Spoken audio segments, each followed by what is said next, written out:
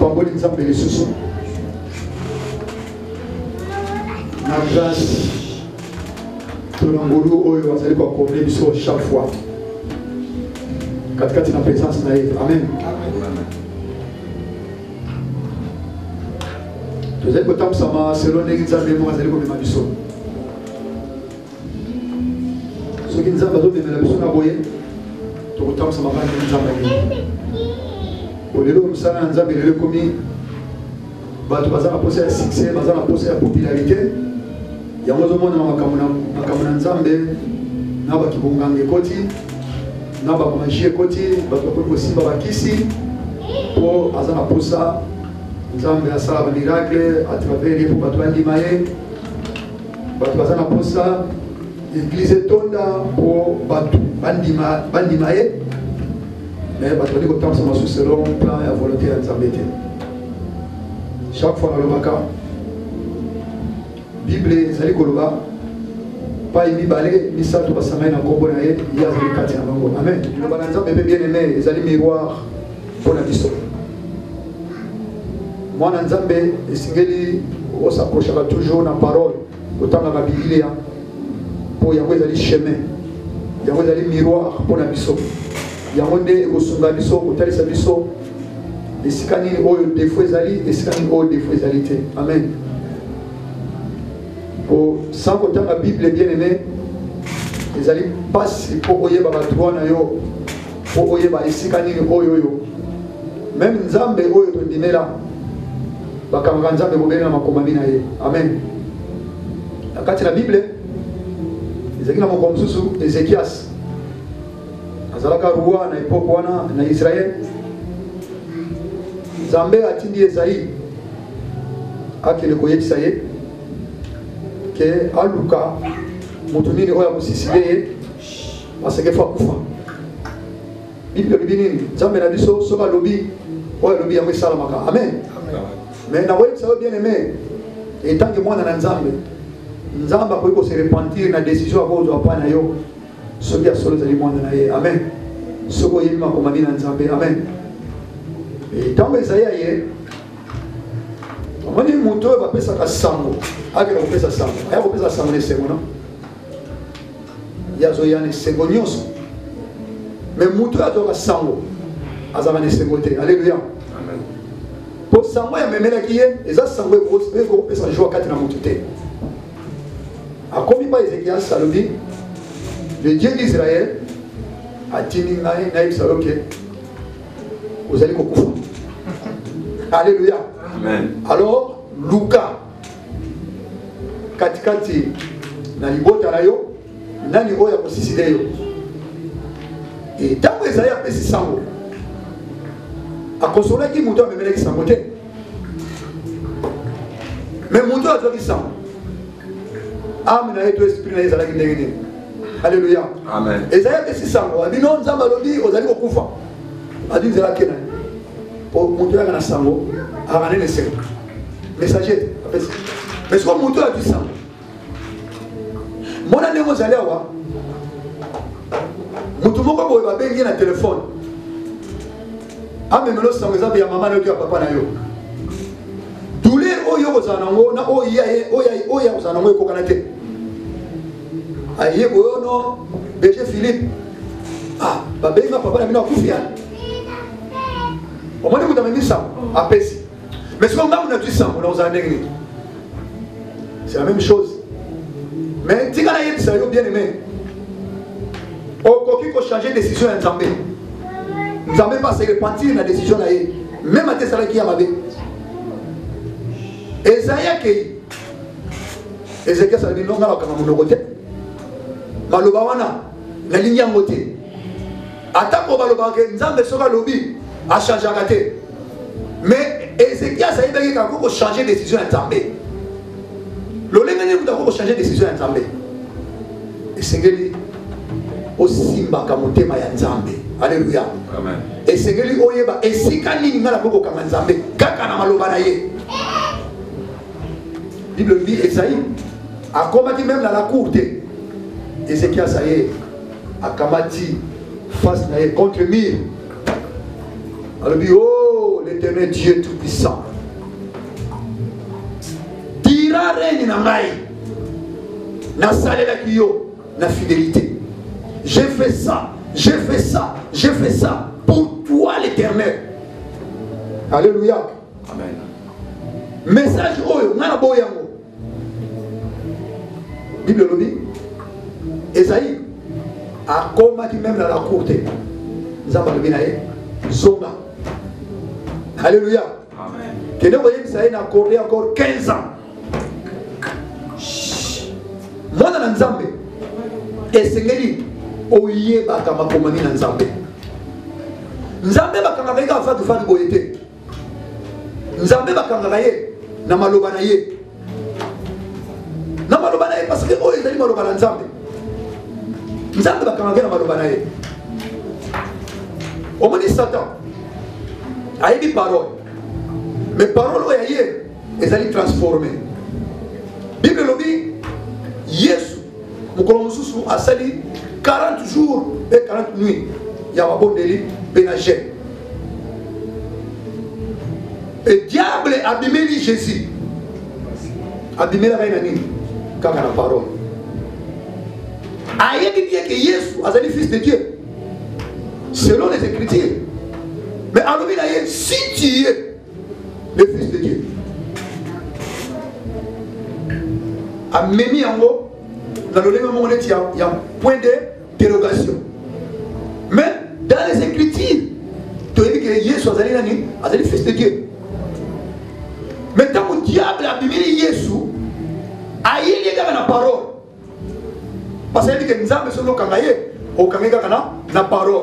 Mais la parole qui est, c'est-à-dire la parole a balou yango. Si tu es le fils de Dieu, surtout les moines dans Nzambe. Est-ce que comme ça les bangas au lipate. Alléluia. Bien aimé, et ça va réunir tout ça là, tout ça diable. Sans que tu comprennes qu'il n'a pas fallu. Alléluia. Donc obéis, donc tout ça va obéir au Nzambe à côté de tout ça. Pas beaucoup de choses. Avant vous voyez là yo. Adieu sama moi Nzambe. Bon chose à moi Nzambe. Bon de la cola mon tour ya bika. Mais le cola, au lieu de causer moi dans Nzambe. Et que Moutou a dit que Tinda yo, et Zali Nzambe ne prie pas. Parce que ce qu'on bonde les gens là, au dossier. Mais yo au bonde là, ce qui Nzambe a dit yo parce que au dossier au belé Nzambe.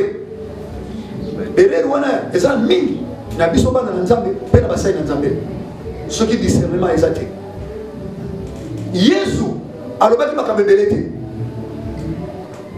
Azongi sebekaka na makomami. Alors il est aussi écrit. Pour recontacter, nous avons la noté. Ça c'est très important. Il faut tous s'accrocher à la parole. Tout le qu'on a mettre bien aimé pour ça noter. Tous s'accrocher à la parole, c'est la vie. Il loba. Tant qu'on te commis, diable peut ailleurs la parole. Mais ce qu'on dit loba, c'est dit à balouli yango. Ce qu'on a dit, on a discernement. On a dit que on a organisé Nzambe. Yangwana et c'est moi Nzambe attendre ma commande Nzambe. Moi Nzambe c'est que dans la confiance na ma commande Nzambe. Amen. Toko tanga to fungula Biblia na biso na mukanda na ina message musu lelo na te ya. Amen. C'est que tamsa mana mulimo musanto. Zama mingai na lulenge mususu par rapport à makambo na mwana tongo ya lelo na ndenge nzama minga kati na prière. Amen. Amen. To fungula Biblia mukanda ya Luc 24. Jésus Christ pour notre tamelo ba respect pour la naïté pour na Yesu.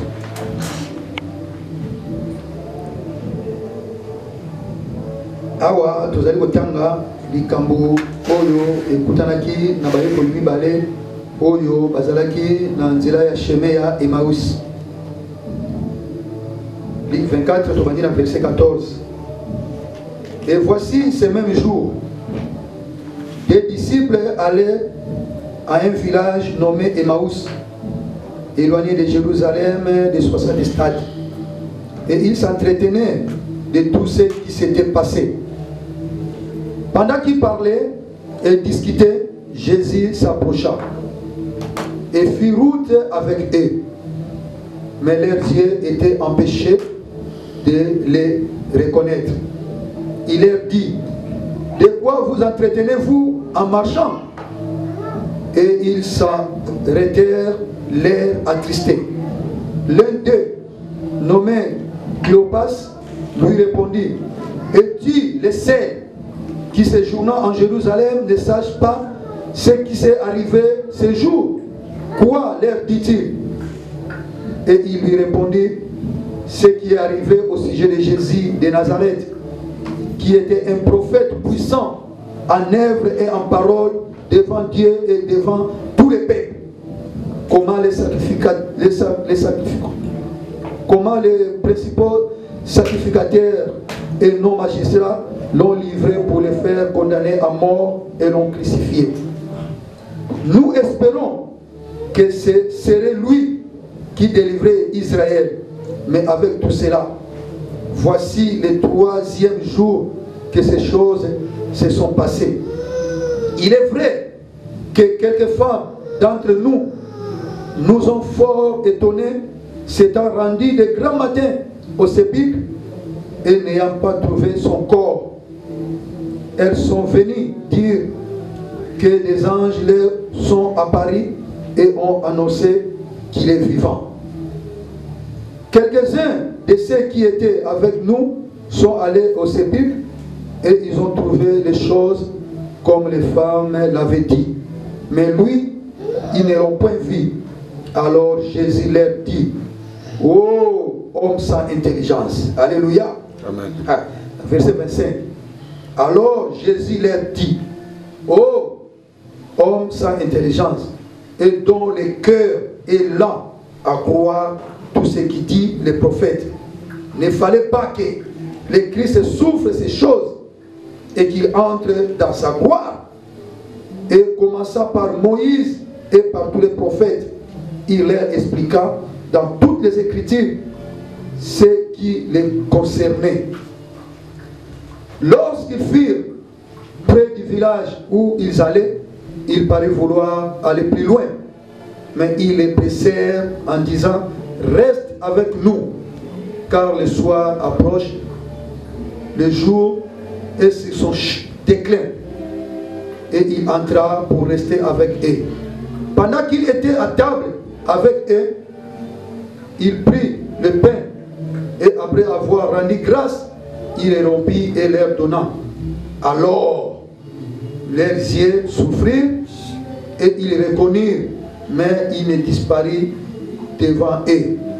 Et ils se dirent l'un à l'autre, notre cœur ne brûlait-il pas au-dedans de nous lorsqu'il nous parlait en chemin et nous expliquait les Écritures. Alléluia. Amen. La parole du Seigneur, acclamons plus fort pour ça.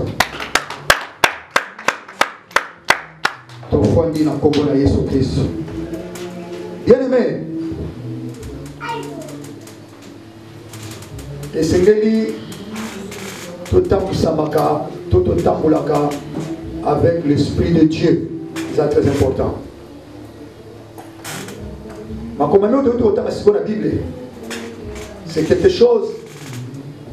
Oh yo, et c'est que les biso tant qui banent dans l'ensemble. Tout y est baka. Comment il y a saisi ça comme le mananzambe? Comment il y a koyeba kotambula et le mananzambe? Comment il y a koyeba aussi quand est-ce que Dieu peut venir te visiter? Alléluia. Amen. Bible le dit dans le canal Psaume 1. Et ces mots, namutu oyo atambulaka et le mot là-bas, la maturité. Alléluia. Psaume 1, 1. Et c'est mon namutu oyo atambulaka et le mot la maturité. Mais mutu oyo atoka plaisir na ye.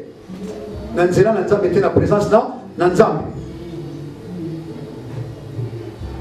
Wuta na ibandeli ba prophète. Ils ont prophétisé pour la mort de Jésus-Christ. Alléluia. Et c'est là que Jésus, pour te yonangaï, tous voient vie, autres en mort. Et c'est là que Mongo a se sacrifié pour la mission. nani oyo esengelaki andima amema ekulusu ya mabe oyo ye asalaki te. Nzambe atali na likolo atali na se mutu moko te, prophète moko te, pe ange moko te. Mais Jésus a le Père, me voici, envoie-moi. Bien aimé, écoulous, c'est une chose facile. Mutu moko te andimaki amema écoulous, amona pasi, ya ebele ya masumu oya batu. Nzamba atali na se, atali na likolo, mutu moko azalaki te. Ni les anges, ni les prophètes, personne n'a voulu. Mais Yesu, fils unique, nani oyo bien aimé, akoko zala kaka na mwana na ye moko oya chaka kutema. Eke andima mwana wana a sacrifié pour la vie ya batu mususu. Na likambo oyo mwana wana mérité te. Mais papa andima que non, mwana kufa mpona batu oyo. Faut zala kaka Nzambe. Yesu lui dit papa me voici, envoie-moi. Et Yesu a dit, ayebaki, il faut préparer Batou. Pourquoi? Après mort naye, Batou va retrouver vie. Et vie wana, et sous kaka na nzela te. Alléluia. Amen. Vie wana c'est là qui est à la continuer. Pour que ayebaki, à cause de la ressuscité après 3 jours. Mais dans l'air moko, et qu'on sait na salanini, amata. Komata po ke no salanini, ake no kobongisi la biso, esika. Et pour la bonne sika, il faut préparer Batou. Batou wana ba kosala nini? Ba koka ko battre la peuple, ba koka ko lakisa Batou. Nzela ya sali. Potangu ya koya, Batou wana na ye, ba mata bazala elongo na ye na royaume céleste. Amen. Amen. Et tangu Yesu aye, mission ya liboso Yesu asalaki, il a fallu apona les 12 disciples. Na ba 12 wana a préparé bango. On a futur. Et tant où Yesu azalaki na bayekoli, azali koyebisa bango. Alléluia. Amen. Akashaki bango eloko moko te. Ayebaki kati na se oyoyo, azali na mwa temps moko boye, après un temps, akozala lisusu te. Azali koyebisa bango nyonso tu. Ngai mwana na moto. Bakoboma ngai pona bino. Mais après 3 jours, nous avons ressuscité.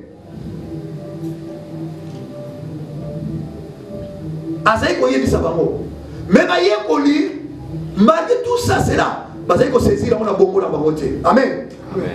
Les lots. Tous les gens qui sont ensemble. Tous les gens Jésus revient bientôt. Est-ce que l'ibota va ensemble? Parce qu'on saisir maloba ok. À bientôt Jésus revient.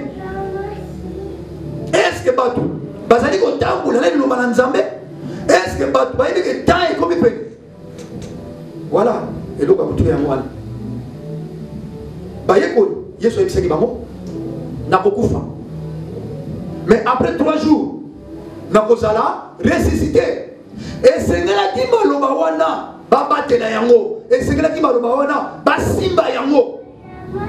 Mais maloba wana ba simba ki yango te. Et salami, l'olenge ba prophète ba sakolaka. Et salami, l'olenge Yesu azalaki koyebisa bango. Yesu akufi. Et les 2 disciples oyo bazalaki na nzela bazalaki kokende. Et eloko esepelisaka ngai mpona bango. Oyebi Nzambe oyo biso atambulaka nzela moko na bacholite. Alléluia. Nzambe na biso atambulaka nzela moko na ba monker te. Nzambe na biso azwaka plaisir esika oyo bacholi bazali te. Mutako sabino te. Soko mesana kofanda na milia bacholi. Yeba ke Nzambe akozala place wana te. Soko osepela kotambola na bato oyo batonga tongaka. Okotambola nzela moko na Nzambe te. Malgré tout intelligence ya bato oyo ezalaki mosika na oyo Yesu ayebisaka bango ke après 3 jours na kozala ressuscité. Mais eloko esepelisaki ngai tangu bato bazali kotambola na nzela na bango bazali ko parler sur qui? Voilà bien aimé. Tangu yo fandaka. Olobaka pona nani. Alléluia. Tangu yo zalaka na baninga na yo. Masolo nino bosololaka. Alléluia. Et si kanyoso oyo fandaka. Oyo kaka nini. Nini oyo lobaka. Oyo ko to plaisir pa ina nzamba. Pote nzamba sala nini? Aya be kokota kati na masolo wana. Alléluia. Amen. Lelo yo bala na nzambe. Akoko sala banda tongo tipokwa. Bien aimé. Alobi pa ya mutu même comme ya Yesu te. Mais si oyo olobaka nini? Oyo kaka nini? Ozala kana banani? Bosolo la kanini? Pourquoi nzambe asepeli? Na préparaki matière oyo te. Matière na préparaki ya oyo. Alléluia. Amen. Na préparaki oyo. Et na Saint-Esprit. Nzambe ne mutu oyo yo azali guide oyo atamusaka biso. Oyo akoko sala biso ndenge ya lingi. Tozaki na tongo. Na tongo tozobondela. Tomoni mundele moko ya mwasi akoti. Abali ko bongisa bakiti na sima. Alléluia. Amen. Abali ko bongisa bakiti na sima. Ya mwasi. Abongisi bakiti na sima isili. Ayena liboso awa. Afukami. Acheboy. Tomoni mbala moko afunguli porte abini akei. Alléluia. Amen.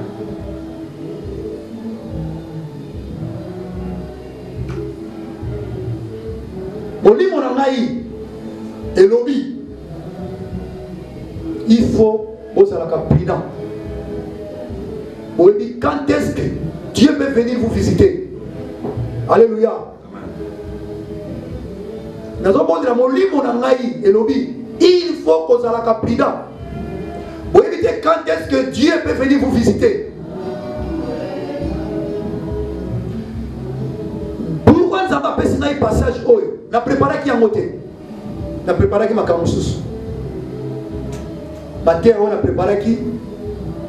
Ils allaient qui. Si le royaume, il va les vous arrêter dans l'ola.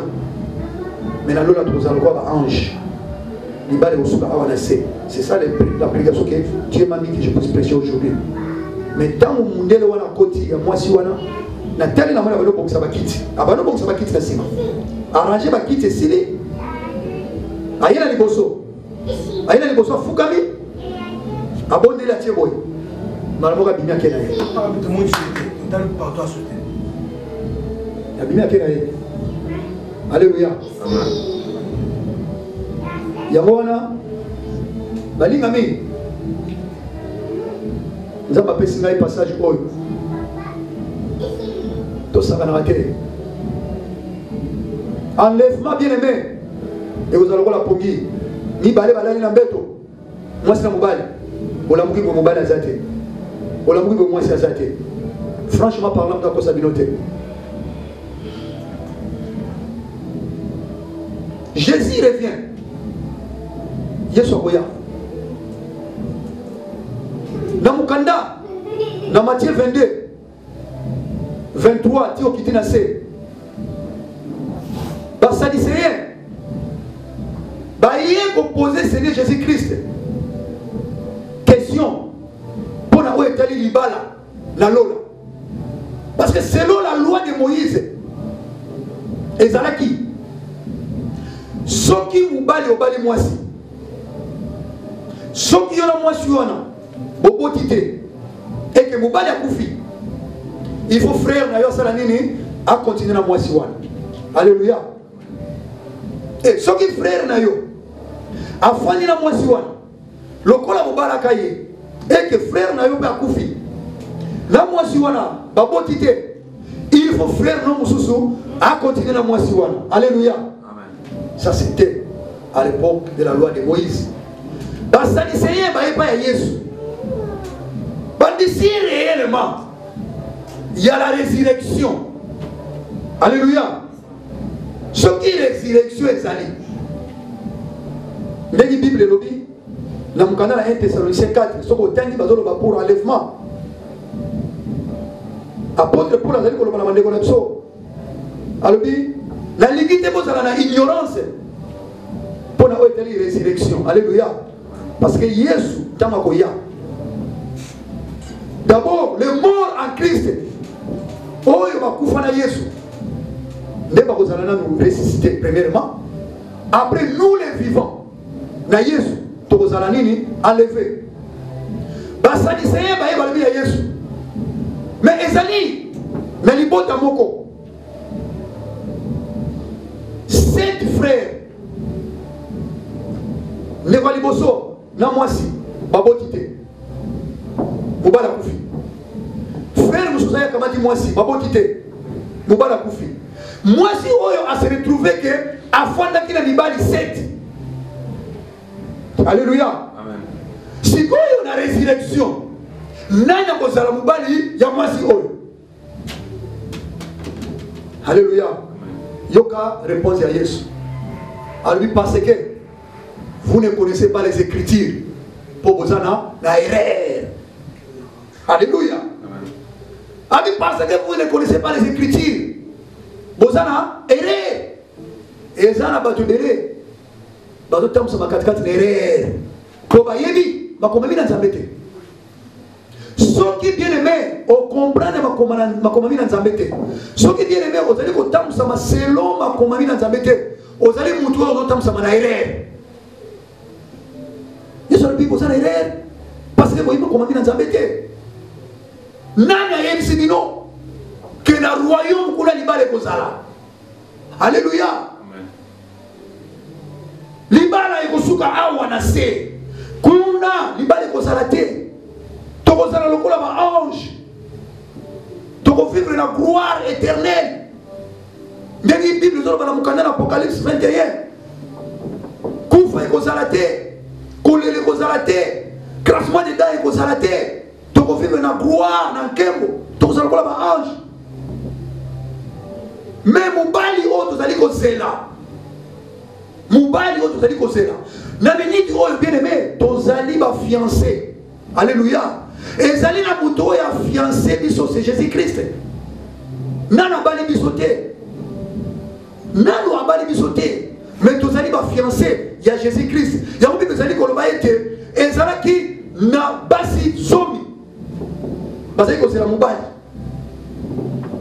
Bayebaki tango nini mubali akoyate. Alléluia.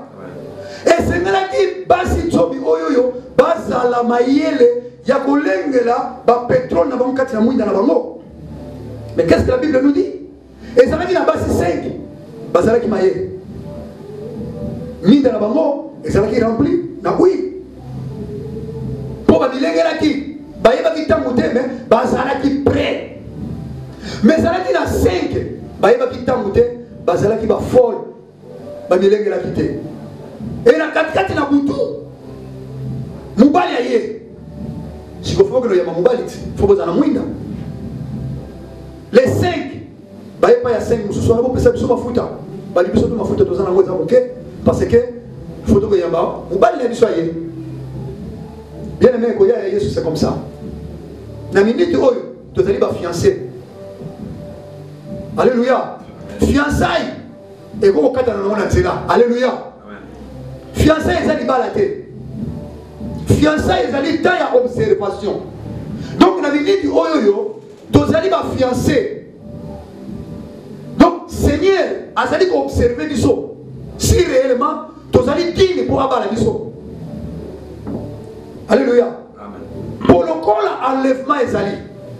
Tangu Yesu akoya akokamata neba basi ya libala. À ce moment-là, tu as souvent fiancé, mais tant qu'on enlève pour ça la malongue, tu as libala. La Jésus Christ. Et awa. Et l'homme s'appelle Sinaï bien aimé. Tant que bateau va s'allier au tamboula, va s'allier au tamboula, la pensée à Christ, souci na bango, préoccupation na bango, et ça qui ah, moto oyo. Et c'est là qui a délivré Israël. Moto oyo, a ça qui puissant en parole et en acte. Et l'idée à Badiou sur Zalaki Paï, il paye naïe. Ça c'était les soucis. Bazalaki préoccupé dans le fumboate. Bazalaki préoccupé dans l'anniversaire. Bazalaki préoccupé peut-être dans Babylone comment ils ont périssable. Mais souci na bango, préoccupation na bango, et donc tout ça qui bango, Yesu oyo, azalaki espoir pour la bango, pour la nation. Et basi, uta babomaki basi bakena lilita, bamoni corps ezalité. Lokola conversation na bango, lokola souci na bango, lokola préoccupation na bango. Et c'est ça qui nous et préoccupé qui nous Yesu sala kini. Alléluia. Yesu sala kini. Assemblée. Qu'est-ce que Jésus a fait? Lokola préoccupation na bango ezalaki pour na penser à Nzambe. Yesu sala kini kati na bango. Yesu abimaki. Bible lobi Yesu apparaître kati na bango pour asala chemin et le mona bango. Siko tala yo na ngai kati na bango ina biso. Na ba milliers de zalaka. Na ba solo to sololaka. Na ba to zalaka na bango. Makambo oyo to sololaka. Makambo to lobaka. Oyo to yokaka. Est-ce que Yesu ton Nzambe ayaka ko visiter biso pour akota na masolo wana? Point d'interrogation. Point d'interrogation. Ezana mingi bazali ko tambula na Nzambe te. Parce que ozali ko sala Nzamba za wana te. Masolo na biso sene sans Nzambe te. Bato za na bango bazo sene sans Nzambe te. Donc diable ne mta ozana katikati na yo. Et soko zo tambula na diable bien aimé, okomona kinye ko zala te kati na vie na yo. Nyoso ko marcher te. Parce que Bible lobi Nzambe na tuta pesa kinya. Alléluia. Diable ça monta désordre. Jamais vous colombo diable à vos hôtels ça monte comme malade. Jamais vous colombo diable à vos se blesser yo. Pourtant vous allez vous tomber le diable. Nous se vous marcher. Mais c'est notre Dieu. Oh il appelle ça quand il et partout oh il tambo bandi ko tambula Yesu aye ko paraître katikati na bango. Qu'est-ce que la Bible dit? Yesu aye ko tuna bango. Sur quoi? Oh il bilo bozaki ko solo la nzela. Pour Yesu moneki masolo ngo et ça va qui kitoko. Et c'est ce qui est parce que bazalaki ko solo là. Souci na bango ezalaki pona yé. Abimeli bango. Abimeli bango. Sur quoi? Yo comme ce solo dit. Ah. Yo dino za mutali boso do vivre kati na mboko ye makamezo le kate. Hein? Ozamu paya. Sango oyo. Et panzani mokili mobimba. Ba nyuso ba yebi yango. Boko yo to tuna biso outi wapi? Yo zanani. Outi na mboka nini? Alléluia. Amen. Alléluia. Amen. Nani mokonzi? Yes. Nani mokonzi? Yes. Soki yeso mokoto betele maboko. Makasi. Makasi. Makasi. Makasi. Makasi. Makasi. Bien-aimé. Obili lo balanzambe. Soki tu place kati na yo. Obi sengo biaka. Mais soko moni mutu. Alors cette personne lo balanzambe te. Asaza na kandia. Ce que nous avons c'est parce que le Nzambe était asa déjà na kaya diable. Mais le Nzambe vient de l'ennemi. Abi c'est quoi? Abi no solo na makamune. Abi a yo uti wapi? Makambo ye panzani. Mboka mobimba. Yo ye bien moté. Ah, Yesu aseki. Aseki. Ba on ko raconter ye. Tala makambeleki. Ça fait 3 jours. Muto e check espoir.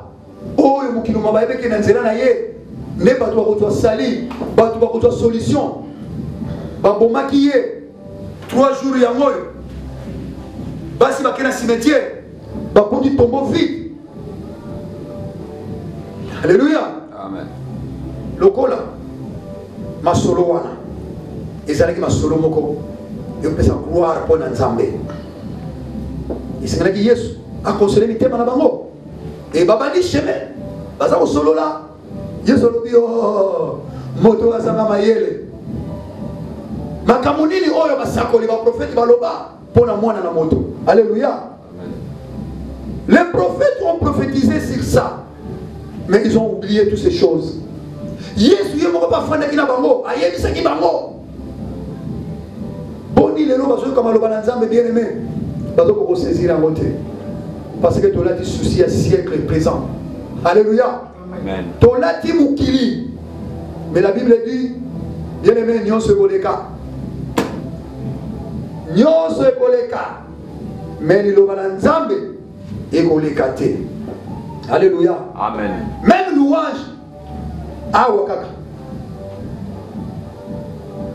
kuna mateya oyo na lola tokote yango suki te tozalaka mpona koyembelaka nzambe mpona koadore nzambe ntango yango oyo bien aimé esengeli toyeba na kosaisir parole oyo efwa na kati na babongo na biso mpa oyebi te quand est-ce que Dieu peut venir te visiter.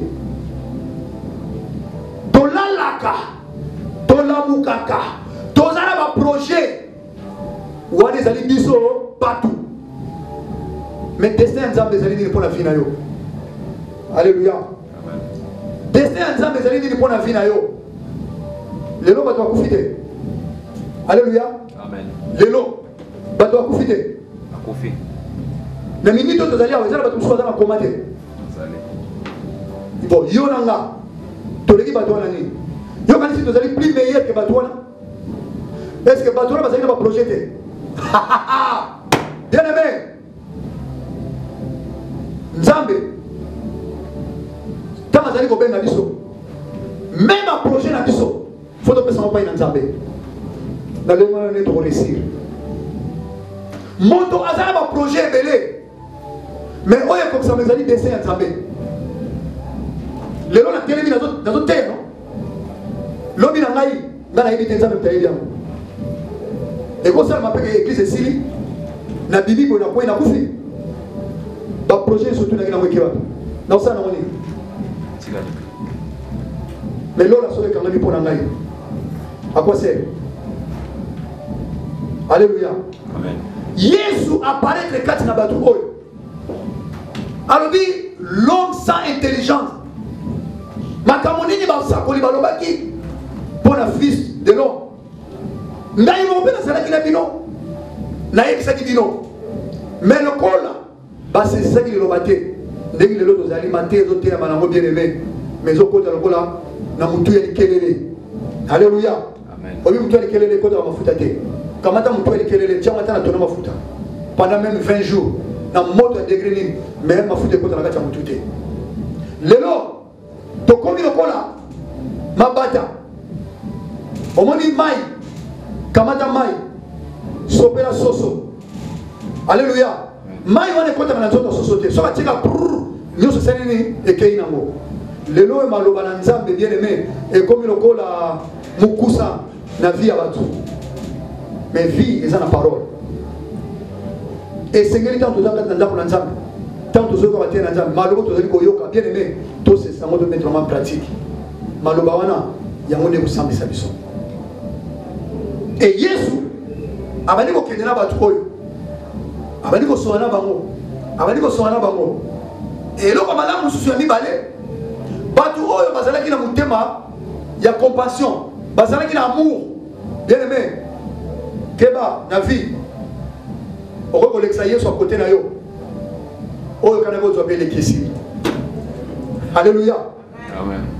Keba okoki kolekisa Yesu na nzela na yo oyo kanaki kozwa mpe sili ekomi na esika moko il faut Yesu akontinue mais bato batali temps babi non tokotika moto akende boye te quand même moto asali biso plaisir quand même moto akoti na masolo na biso donc akoti na kati ya susi na biso akoti na kati ya pensée na biso non donc c'est kaza ya biso. Alléluia. Amen. Abi toleka nanu tokota nanu awa mwa liba comme ça lobby on continue nzela na yo. Ça ce sont les choses aussi ce que Dieu nous demande, avoir un cœur d'amour, compassion pour éviter quand est-ce que Dieu peut venir te visiter. Et dans mon bakoti Yesu esengeli sikoyo apambola mapa wana nesima ya kopambola esprit efungwami Yesu adisparaître kati na bango bacomprendre ah totambolaki elongo na Yesu totambolaki elongo na ye donc c'est vrai makambo ya lobaki après 3 jours akozala ressuscité. Ah donc Seigneur il est ressuscité ne bato wana bango bazwaki nzela baye tina ville mpona koloba ete tokutani na Seigneur. Moto oyo azali kotambola na Yesu bien aimé azali moto na esengo. Moto oyo akutani na Yesu azali moto na esengo. bato oyo ba perdre qui joie. Alléluia. Mais Yesu aye ko paraître katikati na bango, joie oyo ba bungisaki ezonga ki katikati na bango. Yo nangai tozoke semona biso wapi? Alléluia. Yo nangai tozoke semona biso wapi? Esika nini oyo penser na yo fandi? Esengola yo bien aimé, ezali esika nini? Tozala prudent. Caractère bien aimé, moi, je suis là. Donc, comme il a temps et à fin, Jésus-Christ a commis péché. Maloba, vous allez koyoka. Vous allez koyoka, bien aimé. Yangon Nzambe a l'exception de la télévision. Aboloba, Johnny. Tala Finayo. Tala makambo yo kaki. Ba binu si kango l'écran. Nous otala. Maloba oyo check yango wapi. Osali na moni. Alléluia. Donc comme il a tango oyo bien aimé. Toyeba. Ba signe à fin du temps. Yango yo. Tolongwa. Naba choli nanzela na biso eza na batu ebele destiné na bango bien aimé ezali pour l'enfer muta ko sabino te eza na batu mususu déjà o baza déjà destiné pour l'enfer bazali mais akoko linga te akende ko kotana li felo ye moko il faut pas luka bato okena bango.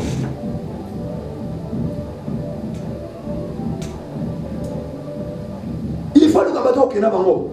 Si go yo nanga na oto zali ko yoka na Yesu oto zali oto ndimela tala bo moina yo si réellement to yamba Yesu si réellement to tosa kamaloba na Yesu kanga bisu yo moko ndemo zawana na to sala exercice moko na moko ndi to zali awo. Todo esse exercício novo. Toca na miso. Miso soto. Sikoyo, kanga miso. Banda kotala sikoyo yomoko. Parce que tozana nzambe wa sonda kaleke erere. Ndaite. Mais to kanga miso na ngai na bino. Siko banda kotala kati na yo. Baninga oyo ozana bango. Masolo oyo bino bosolo laka. Makambo yo yokaka. Makambo yo lobaka. Bana ko bitala kati na yo. Soki Yesu azoka plaisir na yo. Yo moko bana ko tuna mutema na yo ko obiyebi. Ngapena ni yebi. Masolo yo sololaka. Ba relation yo sana yango. Makambo yo yokaka sepelisaka yo. Si réellement Nzambe be ayaka asepeli afandi na kati wana ayokaka azala atambula bisika oyo zalaka natiki 5 minutes bien aimé nali conscience à mutu moko na moko esala na ngai lokola temi liboso na bino obitala yo moko par rapport ya mateya oyo yoki bandinga nini ozalaka na bango makanisi na yo bien aimé ezalaka esika nini. Yesu asepelaka na pensée oyo kanisaka. Yesu asepelaka na bidé oyo zali.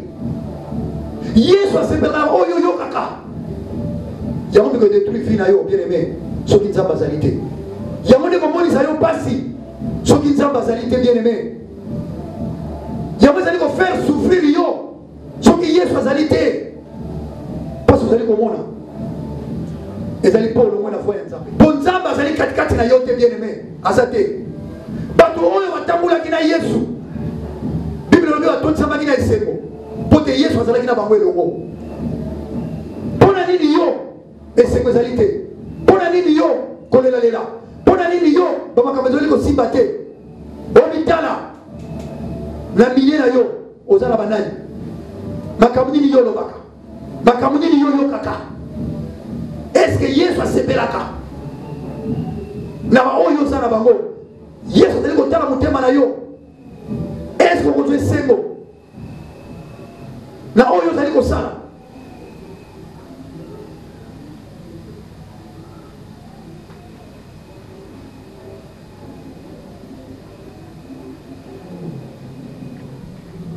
tofungoli miso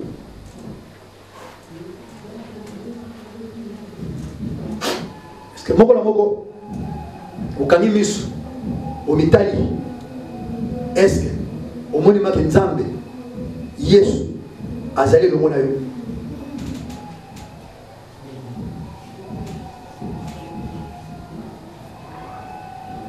bipai na nzambe geste nyonso liloba nyonso bien aimé kolekisama la légèreté keba mwana na nzambe faut tambola toujours na connexion ya molimo mosantu Pierre abomwana na soso alléluia amen Pierre abomwana na soso tu te rends compte est-ce que bato bazalaki te mais pourquoi soso abombola motema ya Pierre parce que Pierre asezisaka maloba Yesu alobelaka ye alléluia amen Pierre asimbaka maloba wana donc azotambola na maloba Yesu alobaka na ye pour poser à Pierre alingaka Yesu franchement parlant mais ekuluzu wana esengelaka kobela Yesu ye moko asala nini amema yango mais Pierre alingaka Yesu Pierre azalaki mpe na mabe mingi mais eloko naza kosepela Pierre azalaki na motema ya repentance azalaki koreconnaître mabe na ye mpe azalaki kolela parce que nous avons un Dieu qui sonde le cœur mabe kokoya nango mais nzambe azotala kati na motema na yo façon nini olingi mabe wana elongwa façon nini olingi nzambe asala na mabe moko boota mosusu olingi te Yesu alobaka na Pierre soso ekolela mbala misato yo kowanga na ngai Pierre asekisaka parole wana maloba oyo Kristo alobaka na ye Pierre asimbaka yango mpe maloba wana yango esopaka ye alléluia maloba wana yango ebikisaka Pierre mais soki Pierre asesisaka maloba wana te angekola te repentance na ye bien aimé maloba na nzambe esengeli toyeba kosaisir yango même soki soso alobi kokoriko soko oza na molimo na nzambe okoyeba makambo soso alobi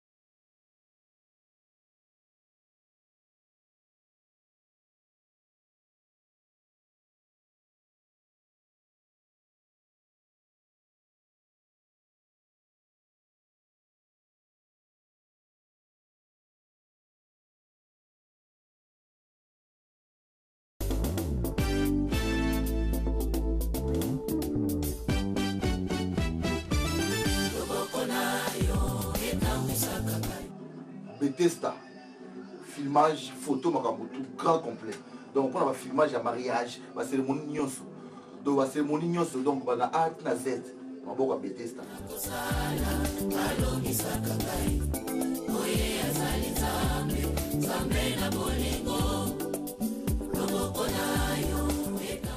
Photo Bethesda, auto yebaki na Bundes, en Allemagne.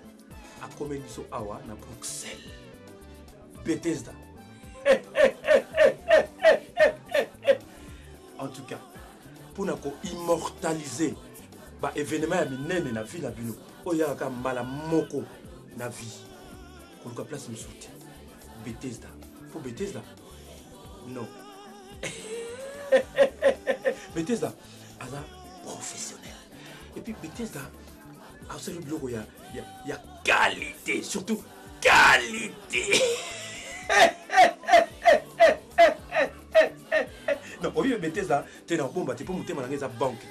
Il faut dans l'oba. Qualité à Moussala au Bethesda au Sala. On s'en a posé, il y a immortalisé baptême na yo. mariage na yo na ba cérémonie ya ndenge na ndenge. Oh, siko omitungisa pona nini? Kombo musuti, adresse musuti, label musuti, kaka Bethesda. To betela ngona sete. Bethesda. Bethesda abatiro manda ma beauté na oyo zalaka nango. Oui, regarde, c'est peli. T'es gars, c'est peli. Oh. Et là, on a l'obéza sauté. Tu mets là, on a c'était. Bethesda, tu mets là, c'était. Oh, ils allaient mariage. Donc, tout ça, là, montage, donc filmage, jusqu'à montage, puis la pochette qui toko, même na kati, yangoyo. Donc, tant que vous avez besoin, il y a un mariage, ou bien vous avez besoin d'un anniversaire. Donc, manifestation, surtout événement, surtout vous avez besoin de reportage, vous avez besoin de photos, vous hésitez, vous y a na maison photo Bethesda, en tout cas, vous allez satisfait. Na uti na France, na yokaki, na ye, na moni, photo Bethesda, aza final. Awa, matia kitoko. Pour le mariage na bino, anniversaire, vous contactez photo Bethesda, vous allez jamais décider. Photo Bethesda, mouah. Voilà. Photo Bethesda. En train de mettre l'amour. 7 match. Un chinton. Wow.